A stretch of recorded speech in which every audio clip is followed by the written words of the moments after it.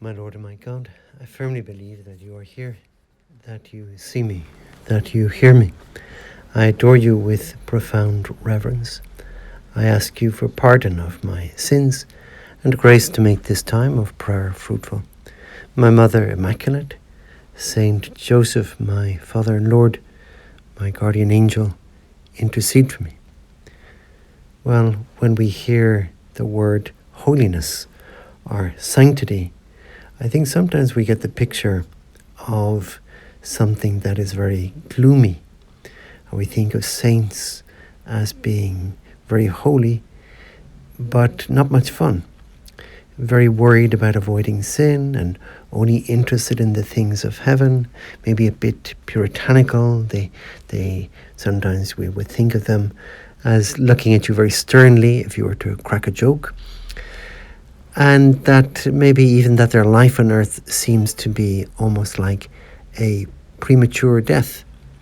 And it is true that some religious, if I'm not mistaken, they apparently sleep in the coffins in which they will be buried. And the normal reaction to this might be to say, well, that is all very praiseworthy, but it is not my cup of tea. Thank you very much. And that would be perhaps an understandable reaction if the stereotype of sanctity was true. If it really was the case that to be holy you had to be very gloomy, that you had to be very unenthusiastic about life, just waiting to get off the planet and into heaven. If that were true, well, fair enough, but it isn't. In fact, being a gloomy person is not really a great sign as regards sanctity. Remember Saint Teresa of Avila, a famous little prayer that she had, "From gloomy saints, deliver us, O Lord." And I suppose she said that because a gloomy saint is a bit of a contradiction in terms, like a square circle. We can't really, we can feel gloomy certainly some days, and a grey, rainy Monday morning, and we're not full of the joys of life, that's for sure. But if we're habitually, basically always, very gloomy, very negative, well, that's not a great sign. We could be suffering. We could even be suffering from something like depression. We don't feel so bouncy, but still that we're not actually deeply a gloomy person. Well, I'm going to give you a little syllogism. A syllogism is this kind of basic kind of steps in logic. So I thought of a little syllogism that you might like. And this is the syllogism. People in love are full of joy, which I think is fair enough. You see people in love, you see somebody talking about their new girlfriend or their new boyfriend, or somebody's about to get married, and you see they are full of joy. So that's my first line in the syllogism. People in love are full of joy. Second line, Christians are people in love.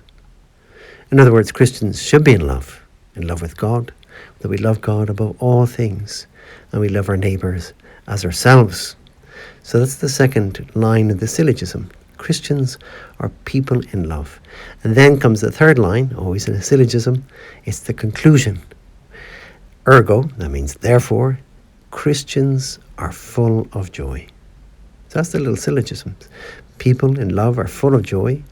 Christians are people in love. Therefore, Christians are full of joy. Obviously it means that, well, the more Christian we are, then the more in love with God and others we are, and therefore we will be more joyful. That's the idea.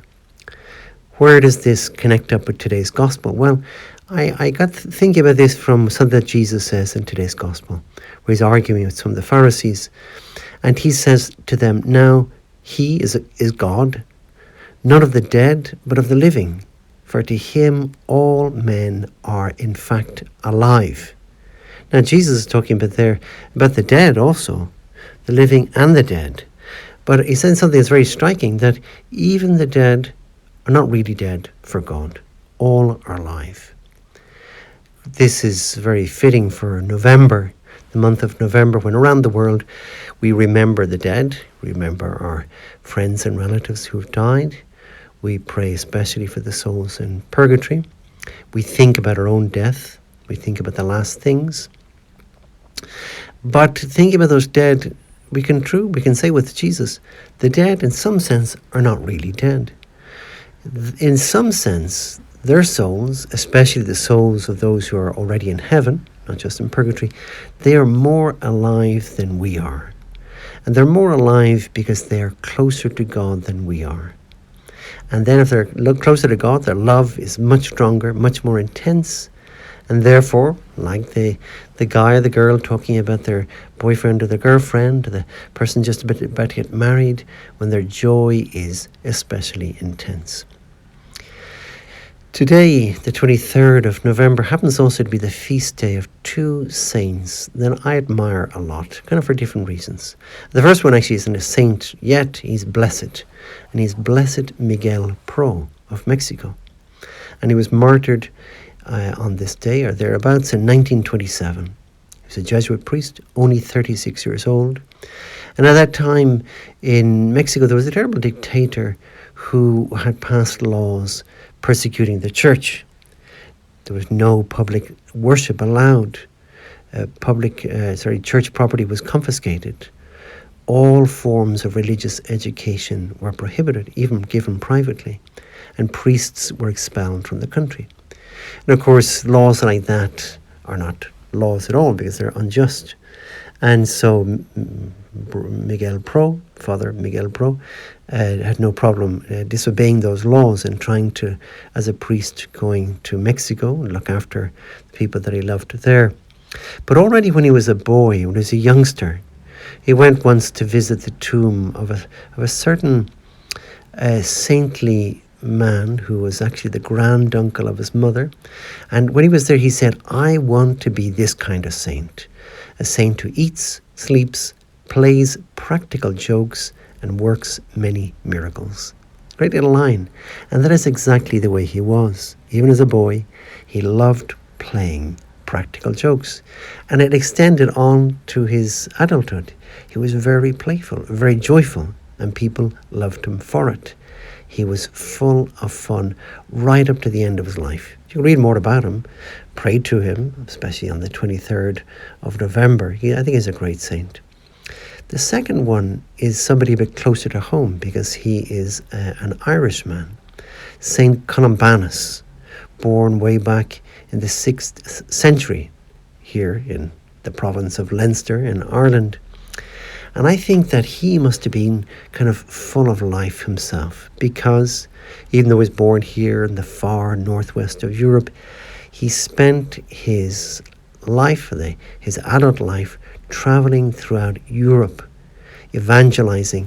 When Europe was a kind of dangerous place to be, he was on the roads of Europe going through England, France, Switzerland, Germany, Austria, Liechtenstein, and Italy, where he finally died in Bobbio, where he'd set up a very famous monastery. So him and his 12 companions were traveling through the woods and the wild roads of that part of Europe, and doing so much good and very much loved in those parts of Europe. But what I like about him particularly is that there was an Anglican bishop and biker who loved motorbikes and who loved to look after fellow bikers. And even though he was an Anglican, Reverend John Oliver was his name, but he suggested to the Pope that St. Columbanus would become, in the Catholic Church, the patron saint of motorcyclists because of his love for the open road. Obviously, St. Columbanus didn't go around through Europe on a motorbike, but the very fact he was on the road, and a lot of these bikers do love getting on the road, on the open road, and travelling for miles. And lo and behold, in 2002, he was actually named the patron saint of motorcyclists. So I think of him as somebody really alive, very daring, full of adventure, to go and leave his native Leinster and head off and end up his days, die eventually, way down there in Bobbio in the north of Italy. St. Augustine has a little phrase, and with this we'll finish up our time of prayer. He says, "When once I shall be united to you, God, with my whole being, I shall at last be free of sorrow and toil. Then my life will be alive, filled entirely with you. So St. Augustine saying, when I'm dead, then I will actually really be alive, because I will be filled entirely with you. I give you thanks, my God, for the good resolutions, affections, and inspirations you have communicated to me in this meditation. I ask you for help to put them into effect. My Mother Immaculate, Saint Joseph, my Father and Lord, my guardian angel, intercede for me.